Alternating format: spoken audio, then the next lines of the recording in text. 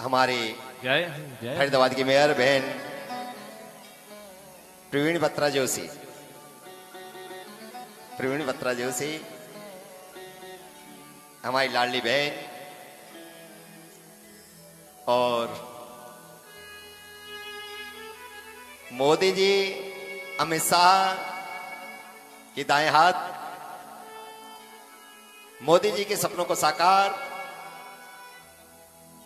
राष्ट्र के लिए, भारत माता की आन बान शान के लिए, भारतवासियों के विकास के लिए आप सबके प्रेम सहयोग, आप सबके प्रेम सहयोग से भारतवर्ष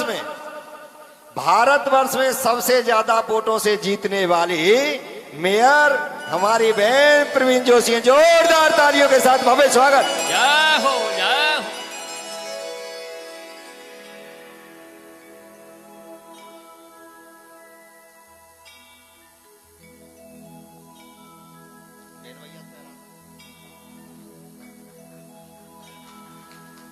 जोरदार भव्य स्वागत।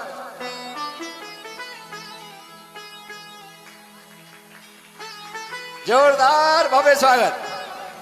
भारतवर्ष में लोकतंत्र में सबसे ज्यादा वोटों से जीतने वाली मेयर अगर है तो हमारी बहन प्रवीण बत्रा जोशी, भारत सरकार द्वारा सम्मानित किया गया, प्रधानमंत्री के द्वारा सम्मानित किया गया, गृह मंत्री के द्वारा सम्मानित किया गया। ऐसी हमारी बहन लाडी प्रवीण बत्रा जोशी जी हमारे बीच में आई हैं और हमारे तो पारिवारिक रिलेशन है। बच्चों की शादी में अभी 4 दिन पहले भी बहन आई थी और मैं चाहता हूं कि अपने थोड़े से विचार व्यक्त जरूर करेंगे, क्योंकि समस्त सेक्टरवासी यहाँ समस्त फरीदाबाद के ये कोहिनूर हैं, सभी कोहिनूर यहाँ बैठे हुए हैं, एक से एक अरबपति खरबपति, यहाँ सबसे कम मैं ही हूँ छोटा, ये सब बड़े बड़े धनवान हैं।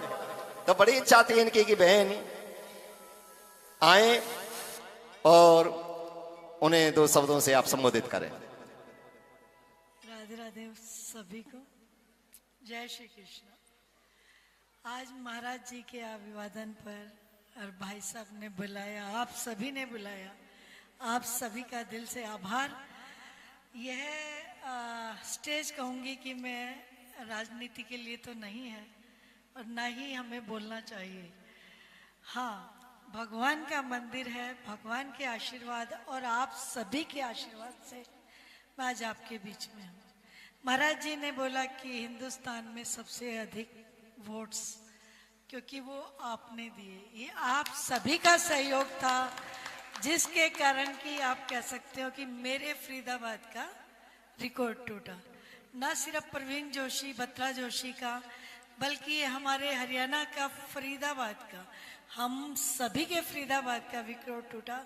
उसके लिए एक एक व्यक्ति का, सभी का, गिलहरी का योगदान रहा, जिसके कारण हम इस सेतु को बना पाए और मैं आज आपके बीच में हूँ। महाराज जी आपका आशीर्वाद रहा, ऊपर वाले का आशीर्वाद रहा, आप सभी का योगदान रहा। और एक मंच पे मैं सभी को महाराज जी 1 मिनट की बात रखना चाहूंगी, 10 मिनट, जो कि समाज के लिए है, मेरे फरीदाबाद के लिए है, हम सभी के फरीदाबाद के लिए। आज महाराज जी के सामने आप संकल्प लेकर जाइए। सरकार लगी हुई है, निगम अपना काम करने में लगा हुआ है। कृपया माताएं बहनें, जैसे हमारे माता पिता के समय में हम थैला झोला लेकर चलते थे, आप सभी उस झोले का प्रयोग फिर से शुरू कर दें और प्लास्टिक को बिल्कुल अपने आप से खुद से बैन कर दें। सरकार कहे उससे पहले, कारण नाले की सफाइयां तो सरकार का काम है, सरकार कर रही है। हम लगभग 85% सफाइयां करा चुके हैं इसके ऊपर, जिसके कारण कई जगह पर वाटर लॉगिंग में हमें सफलता भी मिली। लेकिन अनजाने में जो हमारी गोवंश की हत्या हम खुद कर रहे हैं, उसका हमें नहीं पता था। अभी जैसे जैसे मैं बहुत सालों से लगी हुई हूँ, लोग कहते हैं कि ये गौ माता को पकड़वाइए, आप जगह जगह पर हैं, तो हम पकड़वा रहे। 3 गौशाला हम अपनी फुल कर चुके हैं। जो भी गाय रखते हैं, दूध सुबह दोते हैं और गाय छोड़ देते हैं। गाय चारा चरती है, शाम को फिर अपने खूंटे पर बन जाती है, फिर से देने के लिए दूध को। ना कभी उनको ढंग का चारा मिलता है नहीं मिलता, वो उनकी मालिक की इच्छा पर है। लेकिन जब हम उन्हें पकड़ कर ले जाते हैं जबरदस्ती, कई दफा तो ऐसा भी हुआ है कि उनके हाथ पैर भी टूटे हैं। जब मैं उनको चेक करने गई गौशाला में तो बहुत पीड़ा हुई कि जब उनको हम ट्रकों में चढ़ाते हैं और उतारते हैं तो, और दूसरा क्या होता है कि जिन गौ माताओं को खट्टा खाने की आदत पड़ जाती है, वहाँ का स्वच्छ भोजन खाते ही वो बीमार हो जाती हैं। और मैक्सिमम 15 दिन उनका जीवन यातना के बाद जब उनका पता चलता है कि अंदर से 20 किलो 25 किलो पॉलीथीन निकला, तो एक दिन मेरे मन में आया कि ये काम तो हम खुद ही कर रहे हैं। और जिस गाय माता के लिए हम पहली रोटी निकालते हैं, उसी ही गौ माता का हम अनजाने में वध कर रहे हैं। मानते महाराज जी? तो ये आप जहां भी जाए, मेरा आप सबसे करबद्ध निवेदन महाराज जी, जहां भी आपकी कथा हो, ये माताओं से आप आग्रह कर दीजिए कि सभी अपनी ओर से प्लास्टिक की बोतल और पॉलीथीन को खुद ही अपने आप ही छोड़ दें, निषेध कर दें उसका। तो एक समाज के लिए, मेरे फरीदाबाद के लिए बहुत बड़ा योगदान होगा।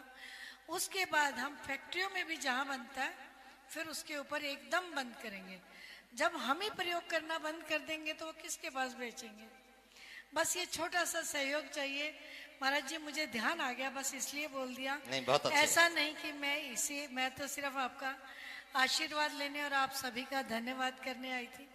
आप सभी का एक बार धन्यवाद। कृष्ण भगवान जी की राधे राधे राधे राधे। हमारी बहन प्रवीण बत्रा जोशी जी